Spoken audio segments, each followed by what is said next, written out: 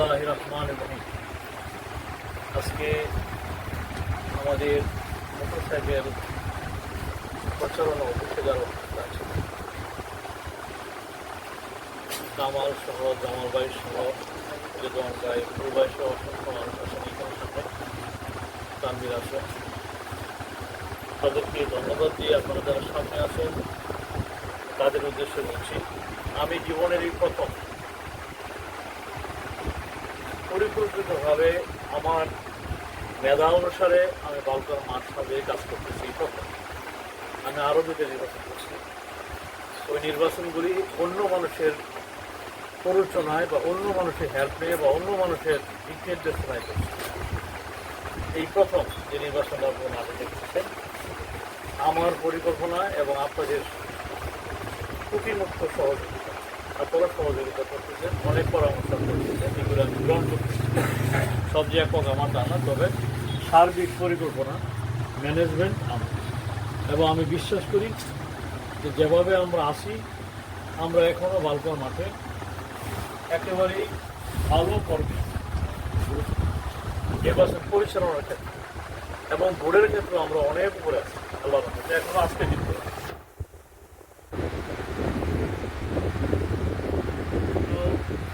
আজকে যখন এখানে আসবো বাড়িতে বাড়িছি, আজকে আমি প্রস্তুত ছিলাম। ওদের ভাই কামালকে বললাম আমি আবহাওয়ার যে সতর্কতা পাইছিলাম গতকাল এসে আজকে বৃষ্টি এবং ঝড় তুফান বেশি হওয়ার কথা হয়েছেও তাই।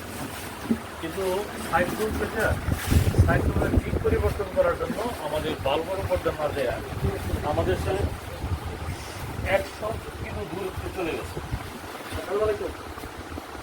তাদের রাস্তা পরিবর্তন করছে। সাইক্লোন নির্দিষ্ট রাস্তা দেওয়া যায়, রাস্তা পরিবর্তন করার জন্য আমাদের ভিড় করে না, রাস্তাটা বদলে গেছে।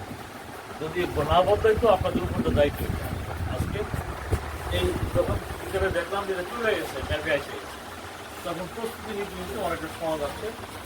তার মধ্যে অসংখ্য লোকদেরকে আমি কিছু বাসায় রাখতে বলছিলাম, আসছে কিছু লোক আছে খুদাই আছে না, খুদাই বা একটু কথা আছে। এখন একদিন কিনে দিচ্ছি, তার বাসায় লোক আসলে তাকে যদি ওভারলোড করি তাহলে সে মাইন্ড করি। সব কিছু মিলাই অপ্রস্তুত অবস্থায় বাড়ির সময় আমার থেকে মেসেজ দিচ্ছে আমার ছেলে যে আমি খুব হতাশ বলো যে কেন, যে ডাকাতিয়া নিউজ হলো যে এমপি সাহেব নাকি পক্ষ অবলম্বন করছে এই মোস্তফা সাহেবের পক্ষে। তো অন্যরা বললো আমার কোনো প্রবলেম ছিল, যেহেতু আমার ছেলে এখানে আসছে তারা সব 100% এখনও তাদের হৃদয়ে আমাদের মতো ধাক্কা খাওয়ার হৃদয়। কথাটা ঠিক না? আমরা জীবনে বহুত ধাক্কা খায়া চড়া উতরে একবার উঠছি, জীবনে একবার পিছাইছি, তাই না? গোতাগতি অনেক সম্মুখীন হয়েছে আমাদের জীবনে। আমরা এটা সহ্য করা সহজ, তারা যেহেতু এই চ্যাপ্টারে যায় নাই, কারণ বড় হয়েছে ঢাকা, জন্ম হয়েছে ঢাকা, থাকে আমেরিকা, সব মিলাই তারা ওই লাইনের লোক এই অল্পতেই ভেঙে পড়ছে। তো এইটা ক্লিয়ার করার জন্য আমি প্রথম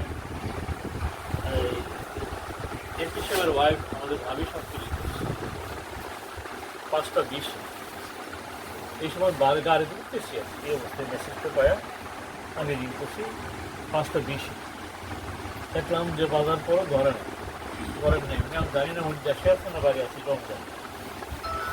যাই হোক আমি 5:22 এমপি সাহেবকে করছি, এমপি সাহেব বলছে। ধরার পরে বললাম যে এরকম ঘটনা, উনি যে স্ল্যাং ল্যাঙ্গুয়েজ ইউজ করছে, যে বাজে কথাবার্তা করছে এইসব লোকদের সম্বন্ধে, সেটা আমাদের সামনে বলা যাবে। আমি বালুকার কোনো ব্যক্তিকে কারো পক্ষ নিতে কখনো বলি সেটা সে বলছে, যে অবস্থায় আছে সে অবস্থায় থাকবে, কারণ আমি নিরপেক্ষভাবেই আমি আমার মতামত দেওয়ার আছে। আপনারা যাকে ইচ্ছা তাকে দিতে পারেন, তার বক্তব্য। আমি কেন আলোচনার কথা বলবো? ভোটাররা ফাইনাল করবে কাকে, আমি কি কেন বলতে চাই? তাই না? যেটা আমাদের কামাল বললো, বরঞ্চ আমাদের এমপি সাহেবকে আমি ইলেকশনের পরই বলছিলাম, ভোট গ্রহণের মনে হয় 1-2 দিনের পরে সে আসছিল, সেই সময় বলছিলাম যদি কোনো কারণে আপনারা যারা আমরা সাহায্য করছি দাগর ভিতরে একের অধিক প্রার্থী দাঁড়ায় যায়, তা আপনার উচিত হবে মাঝামাঝি হাঁটা, ডানেও না বামে। আমি তাকে বলছি না। এই হিসাবে আমরা জানেন যে বালুকার প্রার্থীদের মধ্যে যদি ক্লাসিফিকেশন করেন, তো দুইজন কোনো নাম বলবো না, দুইজন কোনো নৌকাও করে নেই, তারা ট্রাকও করে না। দুইজন প্রার্থী আছেন বালুকার মধ্যে, তাদের নাম বলা ঠিক হবে না, ভাঙ্গা বলা ঠিক হবে না। তারা নৌকাও করে নাই, তারা ট্রাকও করে নাই, হিসাব মতো তারা উভয় লিঙ্গের অথবা কিপ লিঙ্গ, তারা মধ্যে দেখা তাদের স্বার্থে তারা মধ্যে দেখা কেরাভাস করে দেখতে পরে তারা জয়েন করছে, এই ধরনের লোক। আর আমরা কিন্তু হিসাব মতো 3 জন দাঁড়াইছি। আমরা যে ট্রাক করতাম তাদের মধ্যে 3 জন প্রার্থী, একজন নজরুল ইসলাম সরকার, আমি ইঞ্জিনিয়ার মহিউদ্দিন, তারপরে হলো আমাদের গোলাম মোস্তফা। কথাটা ঠিক না?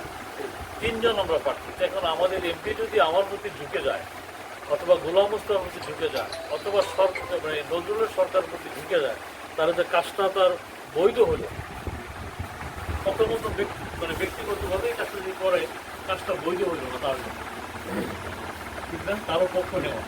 কারণ উনি কিভাবে বুঝলেন কে কত বড় অবদান রাখছে?